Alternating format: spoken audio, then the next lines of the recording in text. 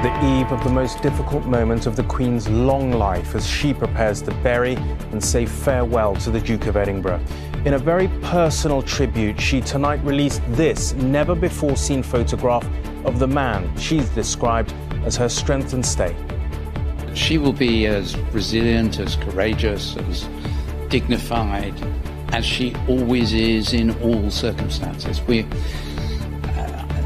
I think we will be, as usual, amazed by her. Tomorrow in this chapel, the Queen will see her consort honoured for his unwavering loyalty, courage and fortitude in a royal funeral for just 30 guests with no sermon but a strong sense of his love for the sea. Today, the Duke's youngest son, Edward, took his family to see the thousands of touching tributes left by the public outside Windsor Castle. We will have all the details of tomorrow's historic ceremony as the order of service planned by the Duke himself is revealed. Also in News at 10 tonight. COVID cases continue to fall despite the easing of lockdown, but there are concerns about a new variant that's arrived from India where infections are soaring. More allegations of Tory sleaze with the Health Secretary Matt Hancock owning shares in his sister's company that's been given lucrative NHS contracts. And it is time to give up on Linda. One of the most talented actors of her generation, Helen McCrory, star of Peaky Blinders and the Harry Potter films, dies, aged just 52.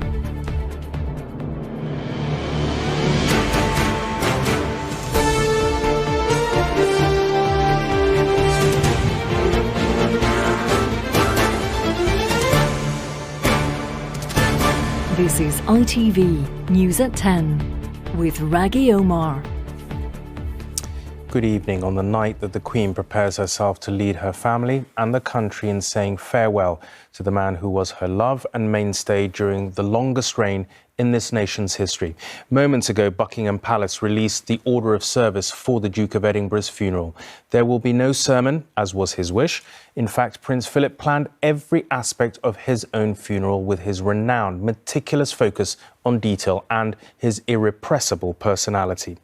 From the customised Land Rover on which his coffin will be carried to the presence of the carriage and ponies which he loved to ride around Windsor.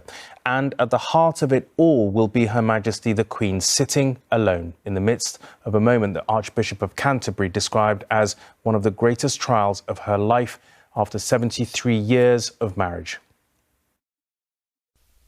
It is in the remote and beautiful mountains that surround Balmoral Castle where the Queen and Prince Philip felt most at ease. And so it is fitting that tonight the Queen chose an image from her private collection to remember her husband of 73 years. They are on top of the Coils of Mick, a 3-hour walk from the castle, unburdened, relaxed, together. The photo was taken in 2003 by Prince Philip's daughter-in-law, the Countess of Wessex. And today Sophie, with Prince Edward and their daughter Lady Louise, viewed the flowers and read messages outside the chapel where tomorrow they will say a final goodbye. Flowers which started arriving last Friday are placed next to the wreaths from Downing Street, from Canada and from the Royal Navy. As the procession departs tomorrow, there is another detail Prince Philip added, his beloved ponies who used to take him carriage driving. Balmoral Nevis and Knotlaw Storm and his dark green carriage will be at the castle as the Duke's coffin moves towards St George's Chapel. Tomorrow's order of service was also arranged to reflect Prince Philip's military career and his love of the sea and of nature. The Dean of St George's Chapel will give the bidding and will talk of the Duke's unwavering loyalty to the Queen, as well as his kindness, humour and humanity. The small choir of 4 will sing pieces of music chosen by Prince Philip, including the traditional naval hymn Eternal Father Strong to Save.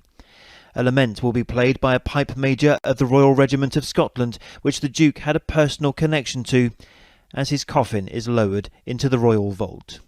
Prince Philip obviously planned his own funeral completely and with great interest, and so all the readings and all the music and everything will have been chosen by him. Obviously they will only have 4 lay clerks, as they're called, men singers, under the direction of James Vivian, actually singing. There will be just 30 mourners inside St George's Chapel, which can take 800. Guests who would have been there had it not been for the pandemic include Philip's relatives from the Greek royal family. He was born Prince of Greece and Denmark. You are a Prince of Greece and Denmark. A wonderful man. We always looked up to him, the service he provided to his country and what he went through. And in many ways, we have similar beginnings. So tell us what you remember then of the man that you called Uncle Philip. I do remember being up in Balmoral on the moors on an absolutely frightful, wet, rainy day. You follow your father and your Uncle Philip up there. And, then it was time to have a meal. And so cold food came out, pouring rain. You're sitting there and a little child trying to figure out how to do this. And just sit there, to put it on your lap, eat it, and you'll be happy, and so you are. The thing is that the architectural structure allowed for this to be moved to this position.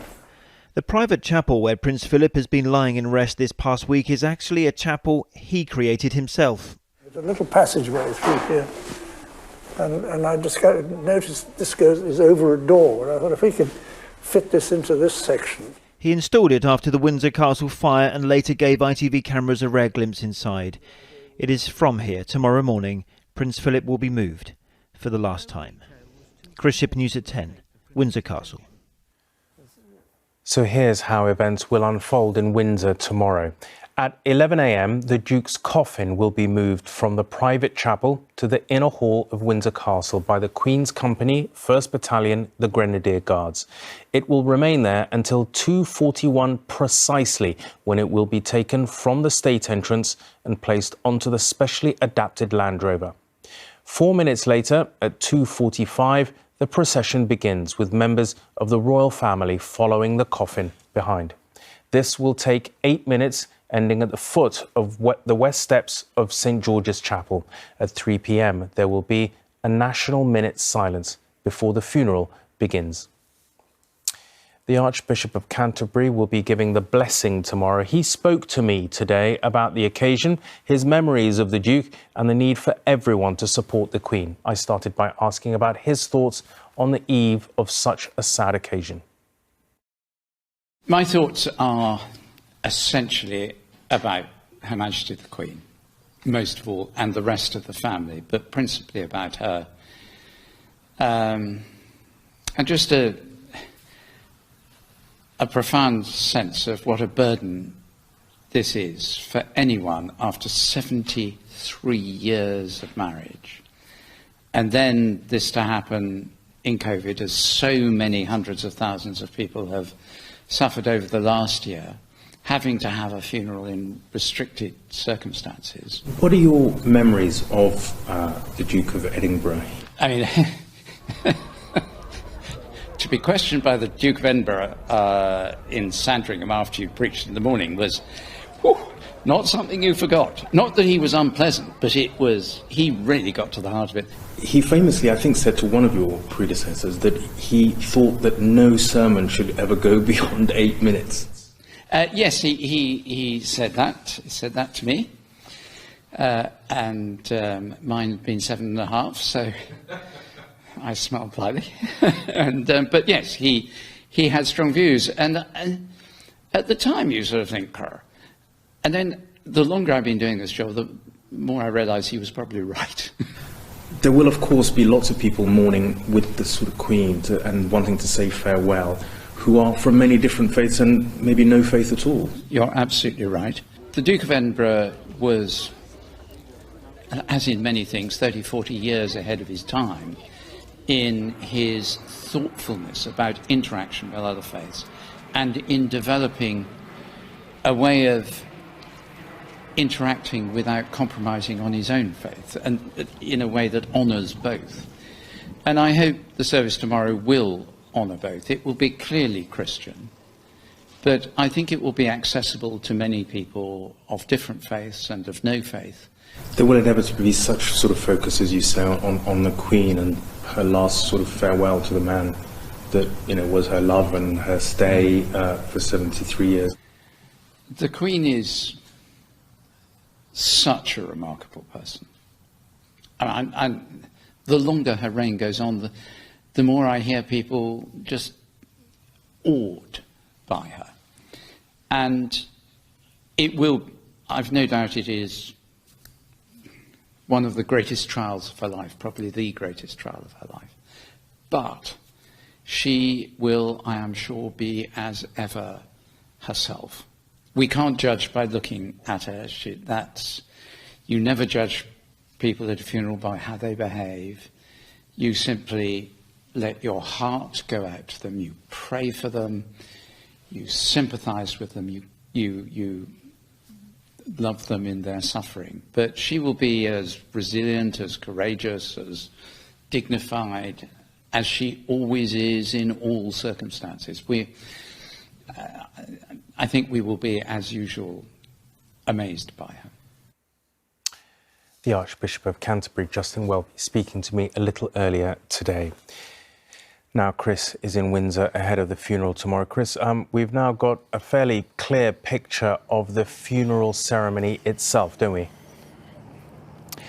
Rageh, I was listening with interest to your interview with the Archbishop of Canterbury there and noting that there should be no sermon longer than 8 minutes. Well, actually, tomorrow we know that there'll be no eulogy at all now that we've had the order of service, and that was at the request of Prince Philip himself. And I've really been struck today by literally how much he has arranged, how much he has requested as far as this funeral goes.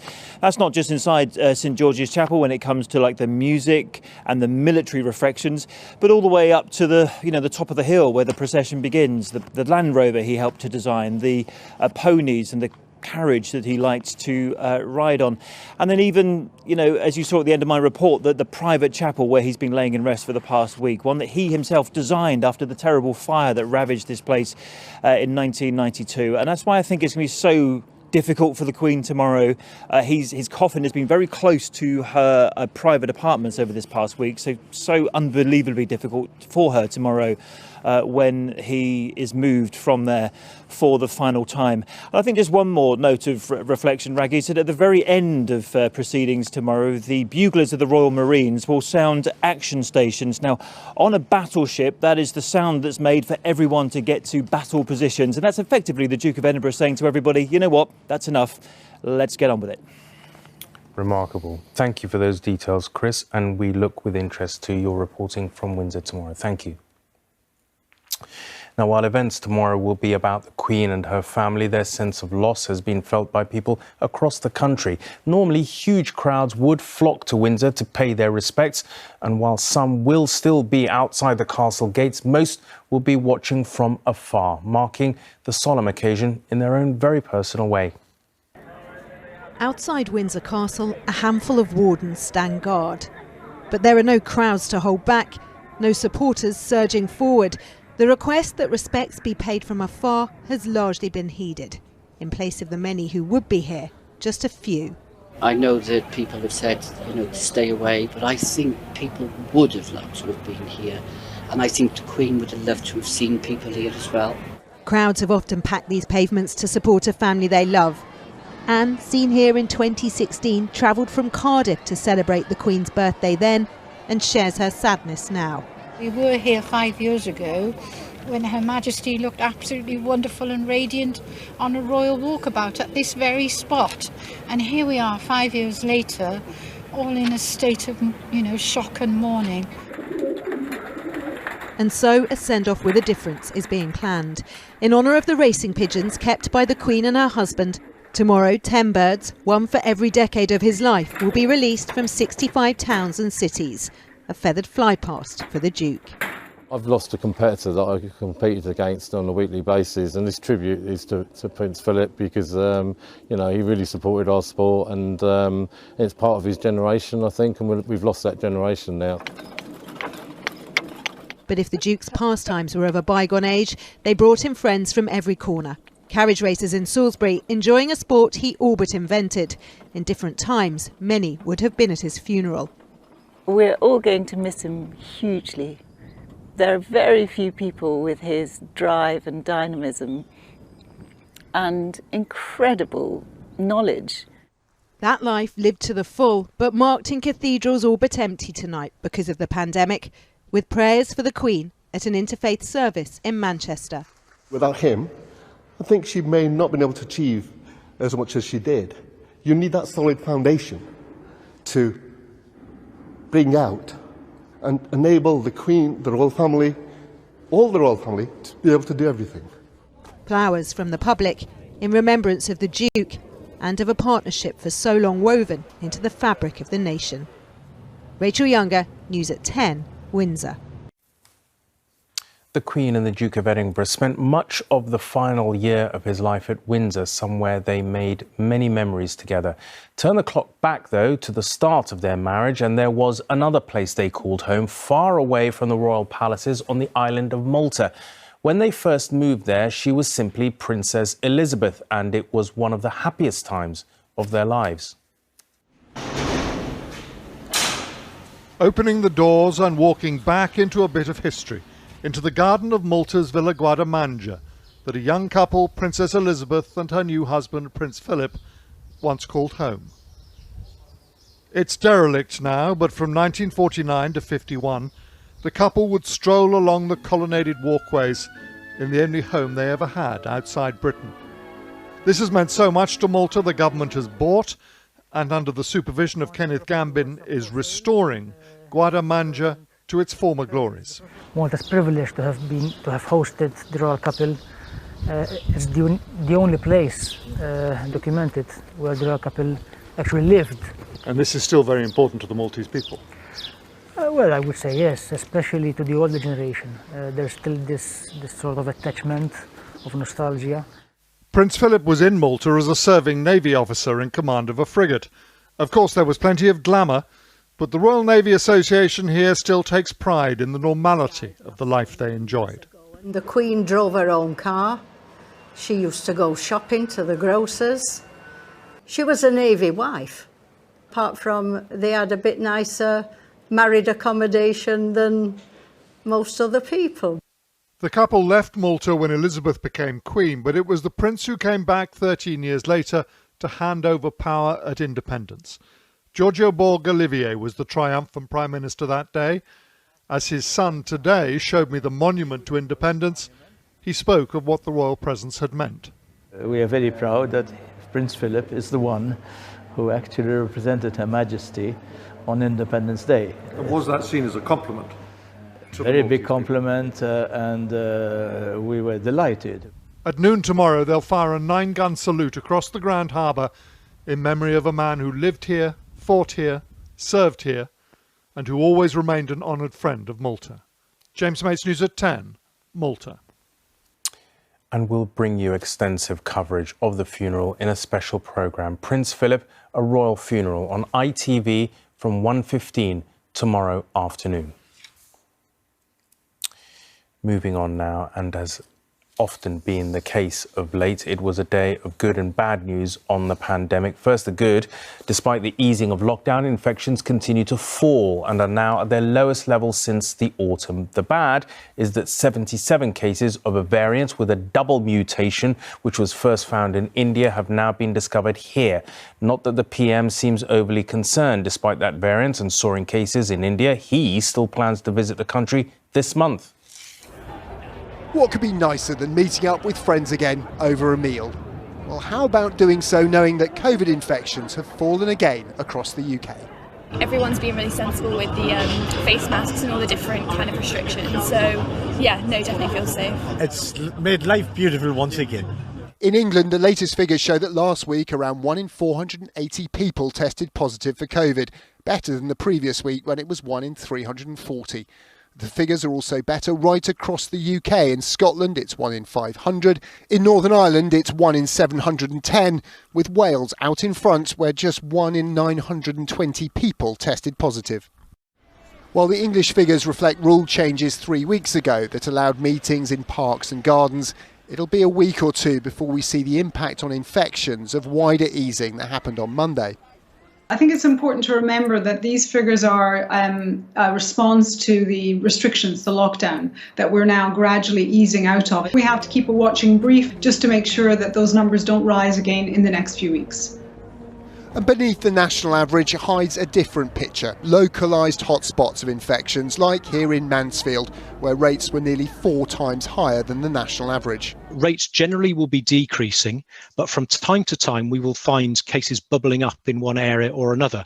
Mansfield is a recent example of that. COVID marshals and information campaigns are bringing rates down here, but there's also the risk from new variants like the one first identified in India, which has now led to 77 cases across the UK. The new variant shares characteristics with the South African and Brazilian strains of COVID and could be behind the recent surge in infections in India, which today alone recorded 217,000 cases. The country still isn't included on the UK red list for travel. I find it really surprising that even now, when we know that we have 77 cases of this variant within the UK, we're not making efforts to prevent more variants coming in from India and from other places by really learning lessons from this and putting those border restrictions in place. So while we've earned the right to relax, we can't let our guard down just yet. Tom Clark, News at 10. The pregnant women have today been told it is safe for them to get a coronavirus vaccine. The Joint Committee on Vaccination and Immunisation said it would be preferable for them to be offered the Pfizer or Moderna jab, but none present any known risks. The speed with which the lobbying scandal is spreading through Westminster is perhaps matched only by the ever-growing list of investigations into it. The National Audit Office today announced its own. That's 8 now after his drink with David Cameron and Lex Greensill made headlines. The Health Secretary, Matt Hancock, was today once again drawn into the row over what Labour has called Tory sleaze, this time for having shares in a company one his sister owns a large stake in and was awarded contracts by the NHS in Wales. Making sensitive information go away is a key selling point for shredding company Topwood Limited. Can we shred Lever Arch files? And the answer is yes. But it seems some of its shareholders have been holding on to some information of their own. The company is owned by the Health Secretary's sister, a point he chose not to make public despite it winning contracts to supply the NHS. Matt Hancock also owns shares in the family firm, a point he did recently declare, but one Labour says demands further investigation.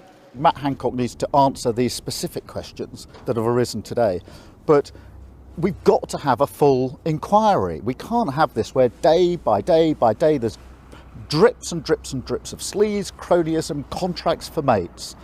In 2019, Topwood Limited became an approved supplier for NHS England, but as Health Secretary, Matt Hancock didn't declare his sister, Emily Gilruth, was a major shareholder. The ministerial code says ministers should declare any interests of close family which might be thought to give rise to conflict. On March the 12th this year, it was announced Topwood won a contract worth £150,000 with NHS Wales. 4 days later, Matt Hancock declared a 15% share in the company, but again didn't reveal his sister's involvement. But he says he acted entirely properly, had no involvement in the awarding of any contracts, and acted in accordance with the ministerial code. Do you think Matt Hancock broke the ministerial code? Well, I think it doesn't look great in the sense he should have been more transparent. But the former head of the civil service told ITV News there's more at stake here than whether or not the rules have been broken. It's also what it looks like. And I think the risk at the moment is there are too many things that to the ordinary public look wrong, if you like, or look an issue. And I think that does need to be reflected in how the governments think about this. In the end, it's not just about rules, it's about principles.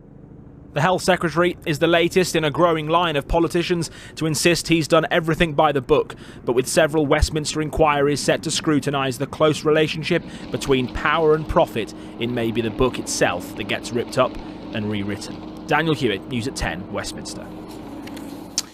In the United States, focus has been less on the actions of politicians and more on the police, and not just because of the ongoing trial of the officer accused of killing George Floyd. For the second time this week, authorities have released video of a deadly shooting. 13-year-old Adam Toledo was killed by an officer making a split-second decision. A gun was found nearby, but in what you will see is distressing footage, Adam's hands appeared empty when he was shot in the chest. It's just after 2:30 in the morning. Police respond to reports of shots being fired. An officer gives chase, knocking one man to the floor for his colleague to detain. He carries on, ordering another suspect to stop, to drop it, to put his hands up. The suspect reaches a fence, appears to drop something and raises his arms. He's shot in the chest. This is Adam Toledo, the 13-year-old who died. Footage of the incident has been released ahead of a full inquiry. He is the 265th person to be shot dead by police this year. Those videos speak for themselves. Adam, during his last second of life, did not have a gun in his hand. The officer screamed at him, "Show me your hands." Adam complied, turned around. His hands were empty when he was shot in the chest at the hands of the officer. A close-up of the image suggests that Adam Toledo had a gun in his right hand a second before he was shot. Other body cam footage shows a gun found behind the fence where he died just moments after. Since Adam Toledo's death, there have been sporadic protests across Chicago. We live in a city that is traumatized by a long history of police violence and misconduct. This lack of trust makes it even more difficult for many of us to wait and hear all the facts before making up our mind in tragedies about this. But again, I urge each resident who cares and loves the city, let's wait until we hear all the facts. The death of Adam Toledo is horrifying and comes at a time of great focus on policing in America. This latest death highlights the dangers of a society with an availability of guns and the challenges of split-second policing decisions. Emma Murphy, News at 10, in the United States. After more than 6 decades, the Castro family's time in power in Cuba is ending. Raul Castro announced that he is to resign as head of the country's Communist Party, bringing to an end an era of leadership by him and his brother Fidel Castro, which stretches back to the revolution of 1959. Helen McCrory's incredible talent for acting shone through in every role she took, be it on stage or in TV's Peaky Blinders. Her performances made audiences take notice. Her death at the age of just 52 was announced today by her husband, the actor Damian Lewis, with whom she had 2 children. He said she was a beautiful and mighty woman who had blazed so brightly. I know I ought not to be here. The Dark Lord himself forbade me to speak of this. From the witch Narcissa Malfoy in the Harry Potter films to the fearsome Aunt Polly, the head of the criminal Shelby clan in TV's Peaky Blinders. It is time to give up on Linda.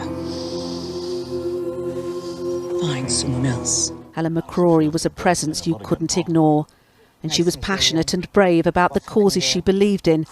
Just weeks ago, she appeared on TV alongside her husband, actor Damian Lewis, to encourage people to keep supporting the Prince's Trust charity. We're still open and we're still running, we're still up for a business, because last year we helped about 70,000 people.